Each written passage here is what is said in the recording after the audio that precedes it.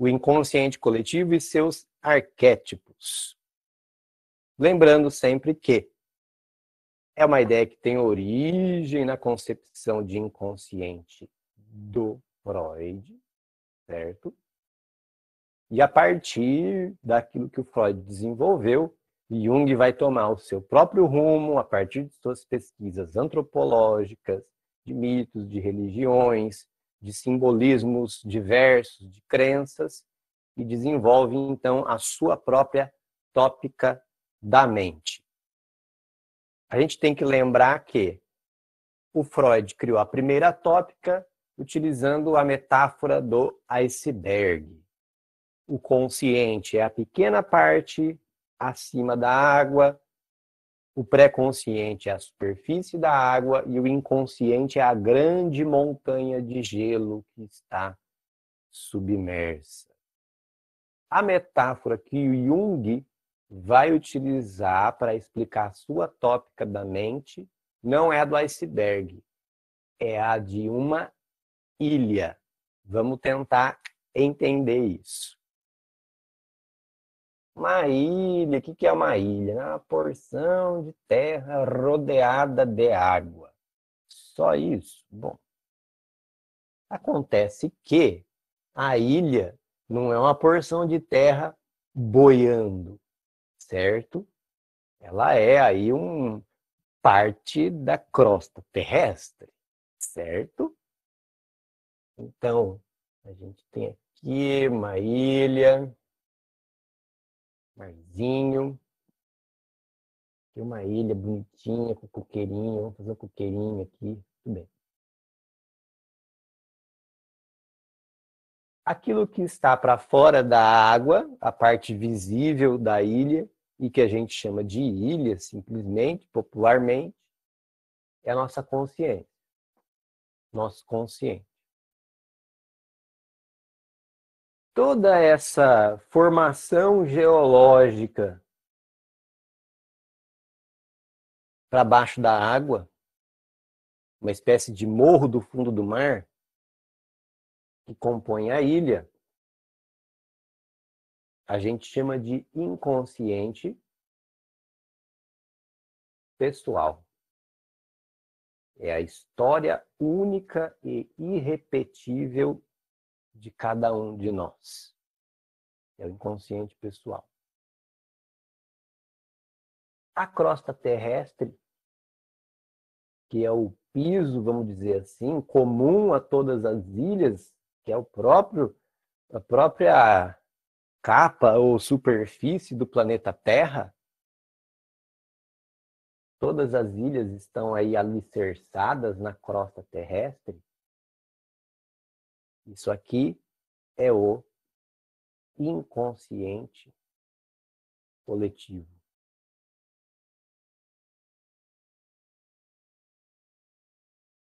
Então, cada um de nós é uma ilha com sua história única, com sua história irrepetível, com o registro do seu desenvolvimento infantil, de suas desventuras, de seus traumas e alegrias, e aquilo que diz respeito a todos nós, que é comum a todos nós, que está registrado em todos nós, é o inconsciente coletivo. É nessa metáfora aqui a crosta terrestre. O inconsciente é um conceito bastante popular. O inconsciente coletivo também, não tanto quanto o inconsciente do Freud. E aí eu vejo com frequência um mau uso do termo inconsciente coletivo. E vocês não podem fazer esse mau uso do inconsciente coletivo, porque estão aprendendo agora o que é inconsciente coletivo. Quando, por exemplo, a gente fala algo assim, no fundo, todo brasileiro gosta de futebol, samba, feijoada e cachaça. Isso está no inconsciente coletivo do brasileiro. Ah, não. O inconsciente coletivo são os registros que dizem respeito à evolução da espécie. e não de um povo específico, é da espécie humana como um todo. Futebol, cachaça, samba, feijoada são elementos de nossa cultura. Podem, inclusive, fazer parte do imaginário. Todo brasileiro desconfia dos políticos. Isso é do inconsciente coletivo do brasileiro. Não, isso é do imaginário do brasileiro. Isso diz respeito a um momento histórico de um povo, de uma sociedade. Não inconsciente coletivo, tá? Eu vejo muito utilizarem o termo inconsciente coletivo para qualquer coisa.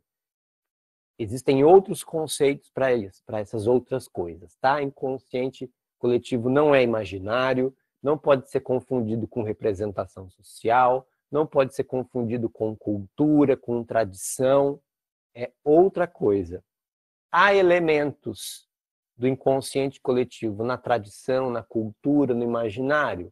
Sim, mas eles não se confundem, tá? Esses elementos que aí podem estar são os arquétipos. Esses arquétipos, repito, são elementos do inconsciente coletivo, eles vão se expressar em inúmeras formas, mas eles são extremamente arcaicos. Eles não se constroem agora, tá? Eles não se constroem agora. Eles são arcaicos.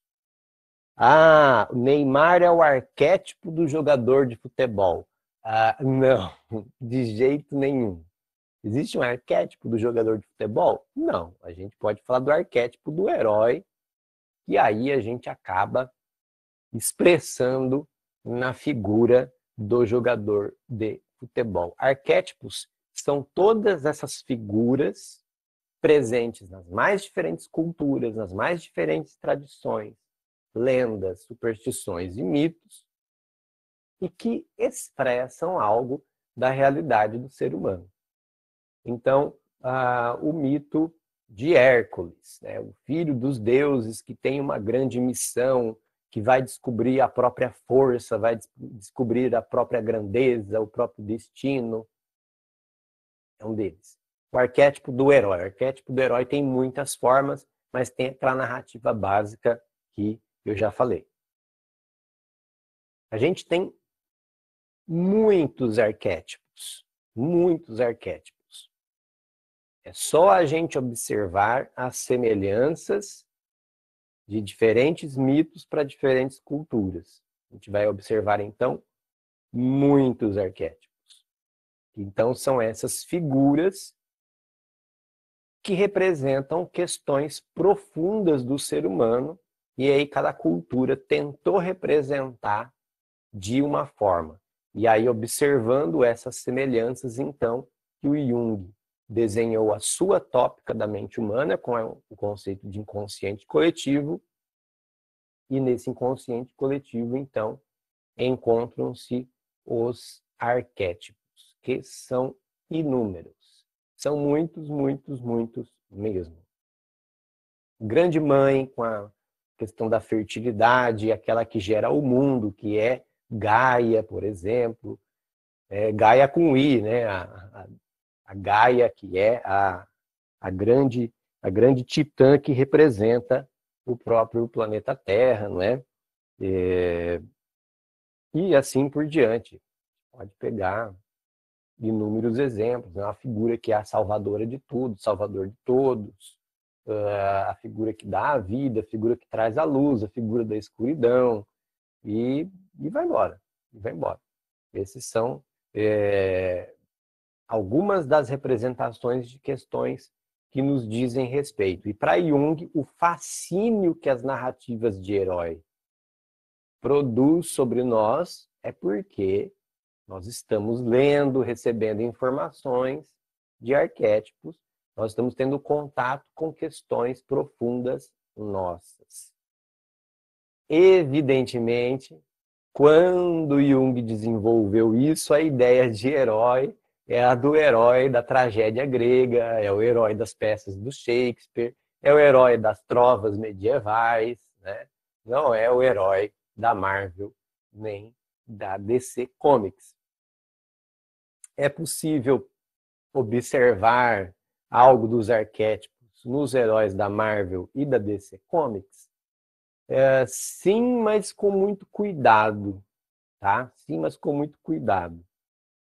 Em termos tanto aí junguianos, quanto também de estudos de estética, principalmente da estética da tragédia, dos personagens teatrais, os personagens de quadrinhos, eles são bem mais limitados naquilo que expressam.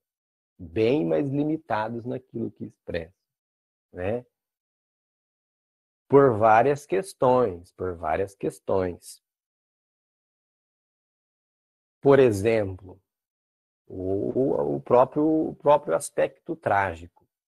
A tragédia da trajetória de um herói, ela é necessária, do ponto de vista junguiano, ela vai demonstrar, então, a tragédia do próprio existir, né? Que para alcançarmos nossos ideais mais elevados, nós temos que nos sacrificar, nós temos que sacrificar-nos de uma maneira sem volta, de uma maneira muito profunda.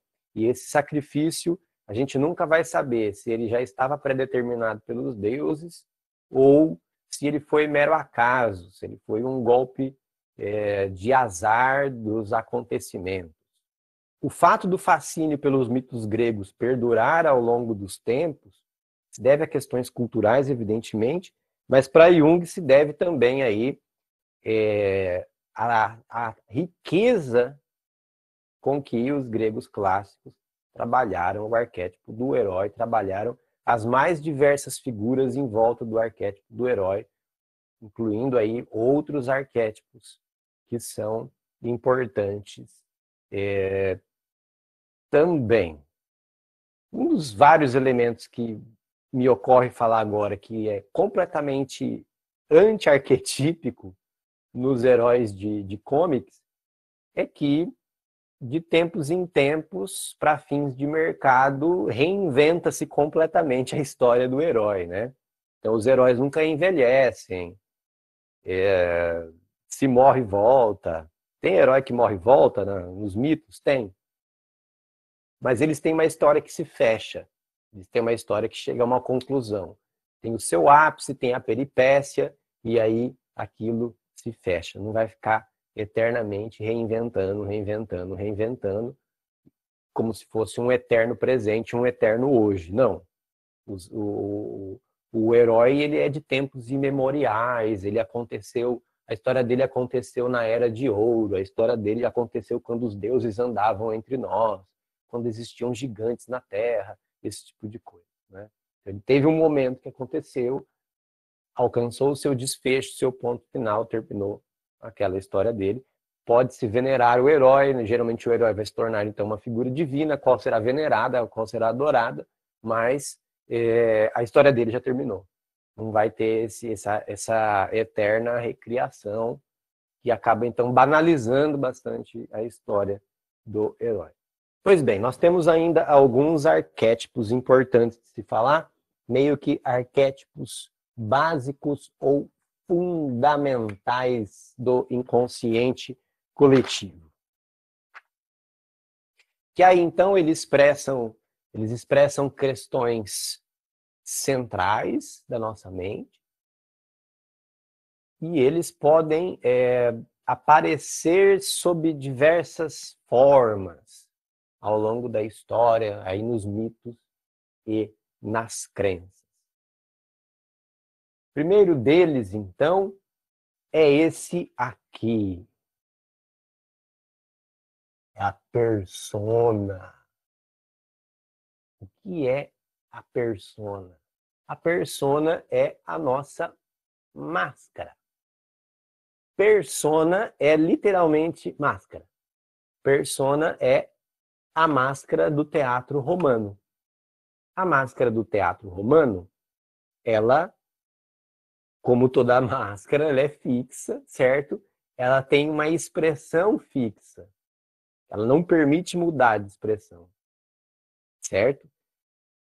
Então, assim, ela é um estereótipo, ela é algo assim que não vai mudar, é algo que vai se manter ao longo de toda a peça, e quem performa, o ator que encena, o que está expresso naquela máscara tem que agir em coerência com aquela máscara.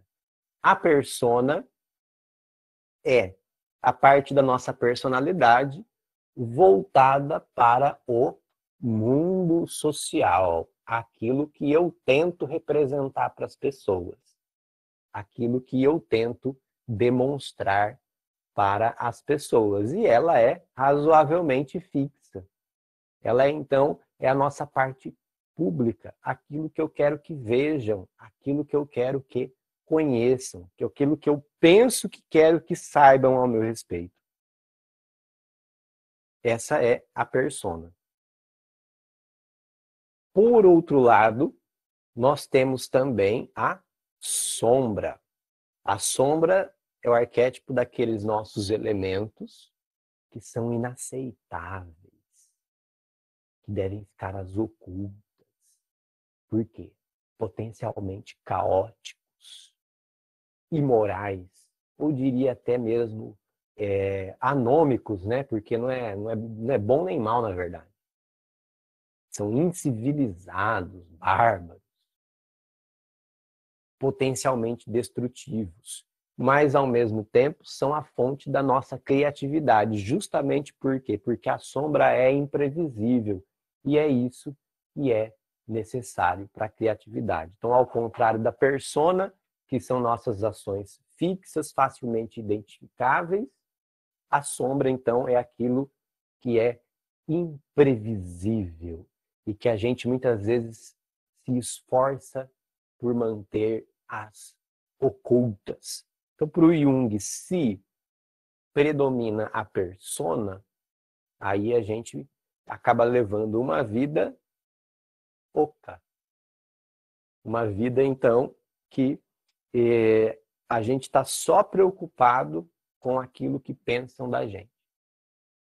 Por outro lado, se predomina a sombra, a gente leva uma vida, então, tomado pela incerteza, tomado por uma sensação assim de caos, de que não tem nada de seguro na nossa vida, e isso pode nos engolir também.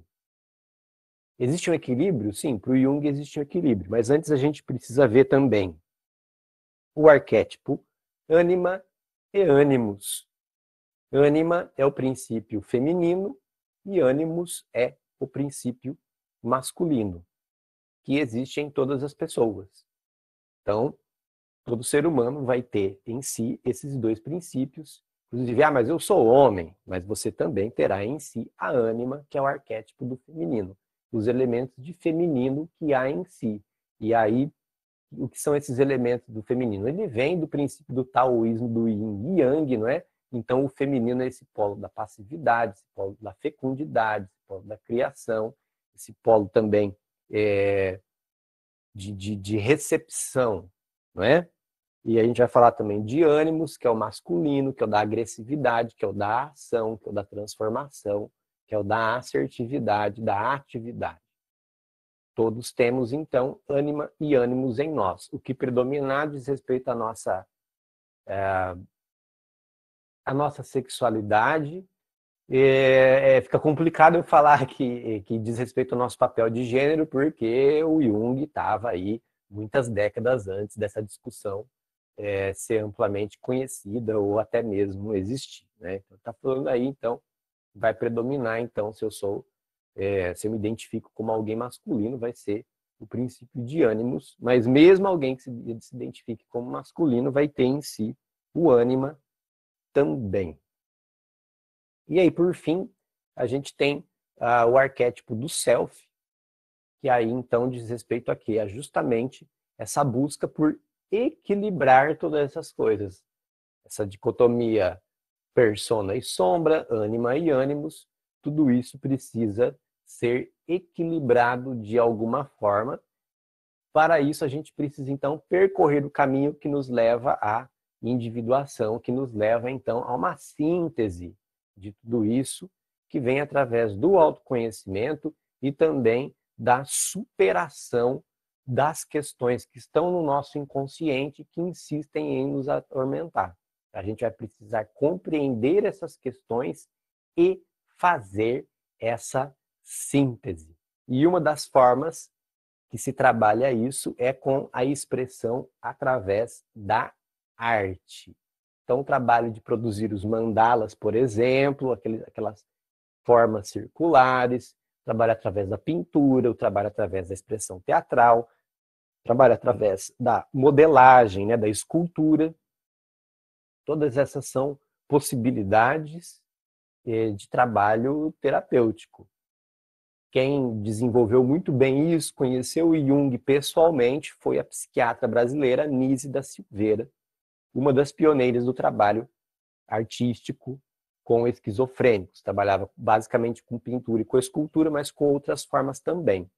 Isso deu tão certo que temos até hoje no Rio de Janeiro o Museu do Inconsciente, que tem aí a produção artística dos pacientes da Nise da Silveira. Aliás, deu tão certo que alguns pacientes alcançaram um nível de apuro estético a ponto de serem considerados aí grandes nomes da pintura brasileira do período. Aí foi aí no meio do século XX. A Nise da Silveira tem uma história muito importante para a psicologia no Brasil e no mundo. Vale a pena conhecer. Tem um filme sobre ela que se chama Nise, no Coração da Loucura. E aí você vai poder conhecer um pouquinho da história dela. Essas técnicas são amplamente utilizadas até hoje. E eu posso dizer, sem medo de errar, é muito interessante você ver. Eu não trabalho com a teoria junguiana, não sou junguiano, mas é muito interessante você ter a oportunidade de trabalhar a pintura com aí uma pessoa em situação de sofrimento mental. Realmente a pessoa começa com formas circulares em que ela mistura muito a tinta. Sabe aquele negócio de criança? Mistura muito a tinta e fica tudo escuro, com um borrão escuro. E pouco a pouco, essas formas difusas e escuras, elas vão ganhando um apuro, elas vão ganhando um cuidado, uma organização. E essa organização, ela acompanha a organização psíquica que a pessoa também está vivendo. É claro que não é só a pintura necessária para isso acontecer, mas é uma técnica muito interessante. A gente observa esse percurso descrito pela Nise da Silveira e que o Jung já tinha aí intuído, mas até onde eu sei foi a Nise que melhor desenvolveu essa questão da produção dos mandalas, das figuras circulares e do uso da pintura em tela. É muito interessante mesmo. Então, até assim, independente de teoria que o psicólogo prefira trabalhar, que o psicólogo tenha escolhido em seu percurso de formação, o uso das ferramentas artísticas é bastante importante, né? Então, eu tenho minhas caixinhas de coisas, ainda mais que eu sou psicólogo escolar e educacional, então tem que ter muitas coisinhas, tem que ter caixinha de tinta, só tá um pouco das coisas, assim. Tem a máscara e assim por diante. Cadê? Coisa que sim, é uma forma de se trabalhar na psicologia. O uso de todas essas coisas aqui, então, meu Deus, canetão, as tintas, os pincéis, lápis de cor, régua, papelado, uma coisa arada enorme aqui, um monte de coisa. Tem brinquedo também, tem jogo também. Tudo isso porque é importante também nós trabalharmos com a ferramenta da expressão artística. Nós temos, então, o inconsciente pessoal, aquele que o Freud descreveu, certo? Que tem, então, a história de cada um de nós ali. A história única de cada um de nós está no inconsciente pessoal. Não sei se vocês conseguem ver, está muito clarinho isso daqui. Então, o inconsciente pessoal é a montanha que faz a ilha, o monte de terra que faz a ilha, que está submerso na água. O inconsciente coletivo é a terra, é a crosta terrestre, que é a mesma para todas as ilhas, continentes, países, sei lá, para tudo que você imaginar. É o fundo do mar. O fundo do mar é a crosta terrestre. E ele é o inconsciente coletivo, porque a crosta terrestre a gente divide em países e oceanos, mas essa é uma divisão imaginária, arbitrária, que o ser humano inventou. Ela é a mesma em todo o planeta. O inconsciente coletivo é a parte do inconsciente que todos os seres humanos têm. É a mesma. Não é unida, como o misticismo gostaria de dizer. Não. É que cada um de nós tem o registro de tudo aquilo que a gente teve que se aventurar enquanto espécie. Então, da mesma forma que a gente tem a genética, que faz de nós termos esse corpo, dessa espécie que nós somos, nós também temos, então, na genética, a herança do inconsciente coletivo. Informações que todos nós temos, porque são informações relativas à nossa espécie. E essas informações, elas têm como composição básica os arquétipos, que são, então, esses temas que se representam através de heróis, de deuses, de mitos, que dizem respeito a temas comuns do ser humano ao longo das eras, dos indivíduos ao longo das eras, da história de vida de cada um de nós, que todos nós nascemos de algum lugar, de alguma pessoa, nos desenvolvemos, envelhecemos e um dia vamos ter que encontrar a morte. Isso tudo está representado nesses arquétipos.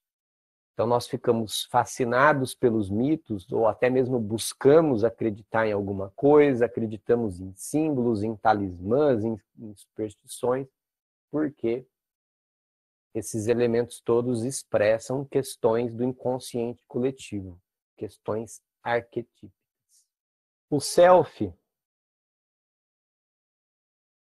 ele é o arquétipo da nossa busca por dar sentido para a vida. É a busca dos alquimistas pela pedra filosofal, é a busca dos cavaleiros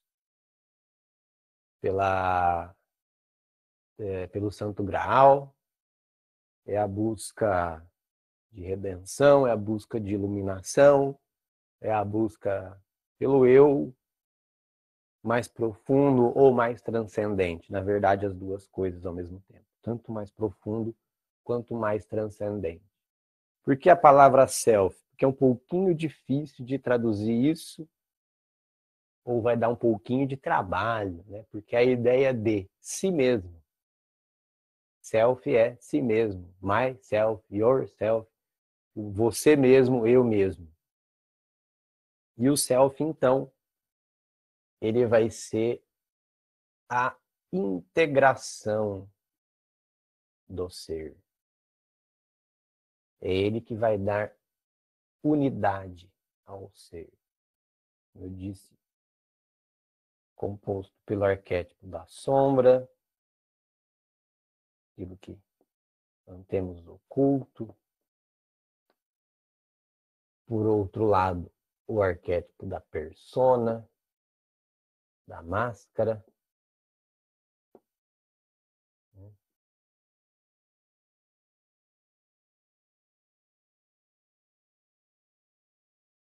Ânima e ânimos.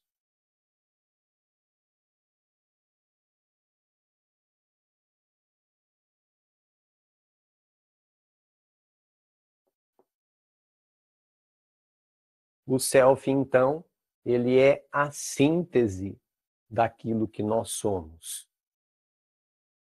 como um arquétipo, então ele está em nós como algo que nos impele a dar-lhe forma, a atingir a sua realização. Mas ele não está pronto, porque a gente precisa, então, passar pela jornada do herói, passar pelo processo de autoconhecimento, passar pelo processo da busca de transformar Mercúrio em ouro, a busca do Santo Graal, a busca do Eldorado, a busca da cidade perdida, a busca da redenção, a busca da salvação, enfim, tantas figuras aí para o arquétipo do processo de tornar-se a si mesmo, de encontrar aquilo que se é. O Jung fala que esse processo ele não acontece exatamente na juventude, não. Ele vai falar que acontece aí perto dos 40 anos de idade, a gente entra num processo de individuação muito forte, de encontrar aquilo que se realmente é. Esse é o arquétipo do self, em poucas